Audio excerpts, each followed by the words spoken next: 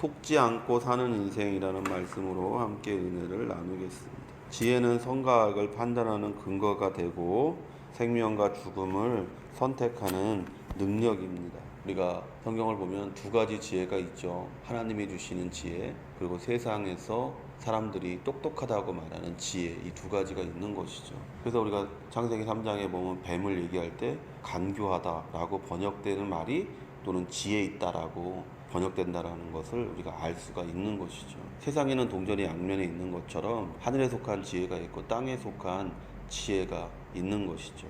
그래서 솔로몬이 우리한테 그 지혜를, 땅에 속한 것과 하늘에 속한 지혜를 구분하는 기준을 우리에게 제시하잖아요.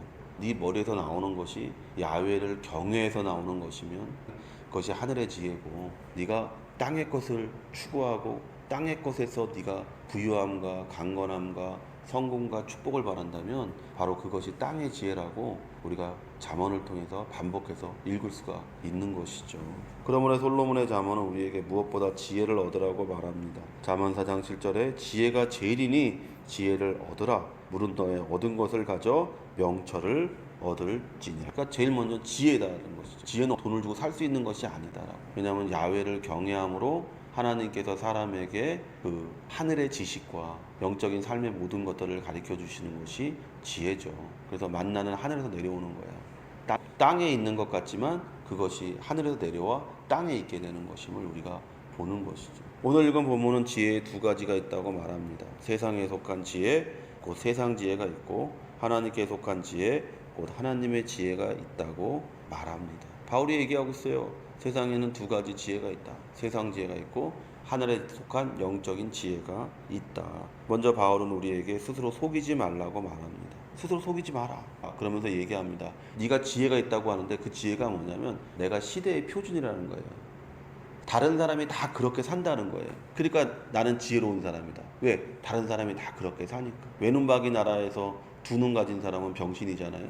왜? 사람들이 다 눈이 하나니까. 그럴 때 그 사람이 그 두 눈을 가진 걸 가지고 내가 정상인이라고 생각하는 게 아니라 내가 뭔가 이상하다. 그래서 눈을 하나 찔러서 없애버렸다라는 그런 얘기가 있잖아요.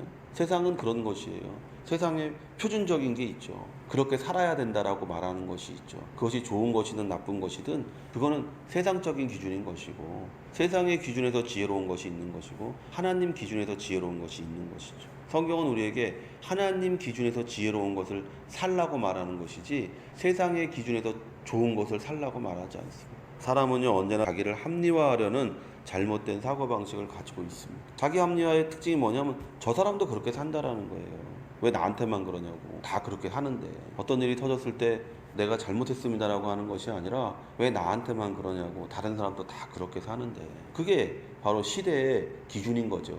그게 바로 세상의 기준인 거죠. 남들도 다 그렇게 한다. 세상은 기준은 지역마다, 상황마다, 처지마다, 남자가, 여자가, 어른이, 아이가 다 다르죠. 그래서 율법은 돌판에 새겨지는 거예요. 돌판에 새겨진다는 말은 뭡니까? 변하지 않는다는 거예요. 십계명은 돌판에 새겨져 있어요. 변하지 않아요. 시대가 변화도 변하지 않고 마모되건 어쨌든 간에 돌판에 새겨진 거는 절대로 변하지 않습니다. 심지어는 하나님께서 우리에게 뭐라고 하냐면 이제는 너희 마음에 새기겠다고. 에스겔에 보니까 너희 마음에 그 율법을 새기겠다고 말씀하셨어요. 하나님의 지혜는, 하나님에게 속한 것은 절대로 변하지 않습니다. 하나님이 세우신 법은 절대로 세대나 나이나 남녀나 이런 것들에 상관없이 절대로 변하지 않습니다. 그것이 바로 우리가 속지 않고 사는 거예요. 세상에 지혜를 가진 사람은 늘 속아요.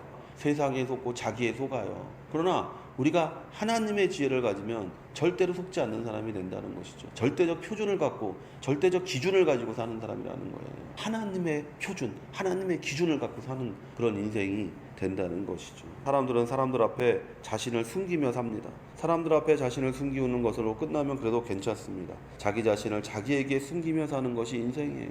사람은 항상 남에게 자기를 속이고, 첫째는, 둘째는 자기가 자기를 속여요. 그게 뭐예요? 합리화죠. 남들도 다 그렇게 사니까 이건 괜찮은 거야 하면서 자기를 설득하고 그렇게 1년을 살고 2년을 살면 양심이 화인 맞은 사람이 되어서 어떠한 일이 있어도 반성하고 회개하는 거, 돌이키는 것이 아니라 도리어 우기고 하나님의 멱살을 잡고 하나님이 잘못했다고 싸우는 사람이 되는 것이죠. 스스로 속이며 사는 인생을 사는 겁니다. 세상이 주는 소망은 헛되고 막연한 것입니다. 그러나 사람들은 이 헛되고 막연한 것으로 고통을 참고 슬픔을 견뎌내며 살아갑니다. 세상이 주는 지혜는요, 우리에게 헛된 소망을 주는 지혜예요. 그것을 잊으면 안 됩니다. 오직 하나님의 지혜만이 영생을 주는 지혜임을 잊지 말고 사시는 여러분 되시기를 예수의 이름으로 축원드립니다. 베드로전서 1장 3절에서 4절에 찬송하리다 우리 주 예수 그리스도의 아버지 하나님이 그 많으신 긍휼대로 예수 그리스도의 죽은 자 가운데서 부활하심으로 말미암아 우리를 거듭나게 하사 산 소망이 있게 하시며 썩지 않고 더럽지 않고 새하지 아니하는 기업을 있게 하시나니 곧 너희를 위하여 하늘에 간직하신 거니라. 우리의 소망이 하나님과 우리를 위해 죽고 부활하신 예수 그리스도로 말미암지 않고는 우리의 소망은 헛되고 썩어질 것에 지나지 않게 됩니다. 성도 여러분, 스스로를 속이지 마십시오. 바리새인처럼 자신을 다른 사람보다 좋은 사람이라고, 의로운 사람이라고 포장하지 마십시오. 거기에는 헛된 소망이 생깁니다. 거기에는 당을 짓는 일과 독한 정죄와 비판이 있습니다. 스스로에게 솔직해져야 돼요. 속지 않고 사는 인생은 스스로에게 솔직한 인생이에요.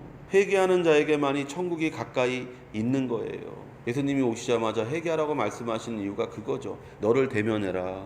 너의 더러움을 대면하고, 너의 부정직함을 대면하고, 너의 정욕과 욕심을 대면해라. 회개는 자신이 죄인임을 아는 것이고, 부족한 것을 아는 것이고, 연약한 것을 아는 것입니다. 그리고 우리를 만드신 분에게 돌아가 의인이 되고 채워지고 강해지는 역사를 체험하는 것입니다. 회개는 뭐냐? 나를 비우고 하나님의 것을 채우는 것이 회개예요. 다른 것이 아니에요. 나를 직면하고 옛사람인 나를 버리고 새사람이 내 안에서 빚어지는 것을 보는 것이 바로 회개예요. 그런 자에게 평화와 기쁨과 안식이 넘치는 천국의 삶이 시작되는 것입니다. 이러한 삶의 축복을 누리는 성도가 되시기를 예수의 이름으로 축원을 드립니다. 바울은 너희 중에 누구든지 지혜 있는 줄로 생각하거든 이라고 말합니다. 그리고 참된 지혜를 가진 사람은 세상에 대해 미련한 자가 된다고 말하고 있습니다. 세상 사람들이 생각하는 성공하는 사람, 축복받은 사람이 아니라 성경이 말하는 올바른 사람이 되려고 한다는 것이, 우리가 조심해야 되는 것이 바로 여기에요. 세상 사람처럼 되려고 해서는 안 돼요. 바울이 우리에게 말하는 것이 바로 그거예요. 세상 사람이 가진 지식, 지혜, 생각, 철학을 가지고 살아서는 안 된다. 너희는 다른 생각을 가지고 살아야 되고, 다른 철학을 가지고 살아야 되고, 다른 지식을 가져야 되고, 제일 무엇보다도 하늘에 속한 지혜를 가지고 사는 사람이 돼야 된다라고 말씀하고 계십니다. 교회 안의 모든 문제와 성도들 간의 모든 문제는 세상의 지혜가 교회에 들어와 주류를 이루기 시작하면 생기는 거예요. 야고보서 2장 3절에 너희가 아름다운 옷을 입은 자를 눈여겨보고 말하되 여기 좋은 자리에 앉으소서 하고, 또 가난한 자에게 말하되 너는 거기 서 있든지 내 발등상 아래 앉으라 하면, 보세요. 교회 안에 뭐가 들어왔어요? 세상의 지혜가 들어왔어요. 무슨 지혜? 야, 돈 있는 사람한테 잘하면 내가 저 사람한테 이득을 볼 거야. 권력 있는 사람한테 잘하면 내가 이득을 볼 거야 하는 세상적인 생각이 들어와서 당파를 짓기도 하고, 또 그런 사람이 왔을 때는 좋은 자리를 주고 가난한 사람이 왔을 때는 저쪽 뒤에 가서 앉으라고 말하는 그런 일들이 이미 초대교회에서 시작되었다라는 것을 우리가 알 수가 있는 것이죠. 얼마나 인간이 악한지를 알 수 있는 거예요. 성령 충만한 초대교회에서조차도 이런 일들이 멀쩡히 일어나고 있었다는 거예요. 야고보가 볼 때. 이게 말도 안 되는 얘기죠. 사실은 교회의 문제, 개인의 문제, 가정의 문제, 부모 자식 간의 모든 문제의 시작은 뭐냐면 세상의 지혜가 주류를 이룰 때 되는 거예요. 세상에서 얘기하는 게 돈이 최고다. 그러니까 부부간에 싸우는 대부분의 일들이 그런 것들이잖아요. 왜 당신은 세상 사람처럼 그렇게 돈을 못 벌어오냐? 왜 당신은 세상 사람들처럼 그렇게 하지 않냐? 돈을 버는 것이 부부의 목적이 아니잖아요. 돈을 벌어서 더 어떻게 평안한 삶을 사는 것이 부부의 목적이 아닙니다. 그거는 진화론자들의 목적인 거예요. 부부를 이룬 것은 여자들이 사냥하기가 힘드니까 남자를 이용해서 자기 뱃속을 채우기 위해서 여자가 결혼이란 제도를 만든 거다. 성경이 말하는 것은요, 부부가 그냥 하나를 이루는 거예요. 너희는 원래 하나야. 너희는 원래 나누어질 수 없는 하나였어. 거기에는 물질도 권력도 명예도 아무런 의미가 없어요. 예수님께서 말씀하신 건 그거예요. 하나님께서 너희를 애초에 하나로 만들었기 때문에 나눌 수 없는 거다. 다른 게 아니다. 부부의 목적이. 너희는 그냥 원래 하나야. 그게 바로 부부의 목적인 거잖아요. 근데 다른 생각들이 가정에 들어와서 부부가 세상적인 지혜에 속아가지고 문제가 생기고 고통이 오고 어려움과 환난이 오는 거잖아요. 세상에 지혜를 가진 사람들은 언제나 문제는 내가 아니라 다른 사람에게 있다고 말합니다. 그러면 세상 지혜는 사람을 나누고 당을 짓는 일을 하는 거예요. 가정 안에서도 마찬가지죠. 내가 이렇게 힘든 거 너 때문이야 라고 생각하지, 내가 못나서 참 이런 거 없어요. 술 먹으면 그런 얘기 하겠죠.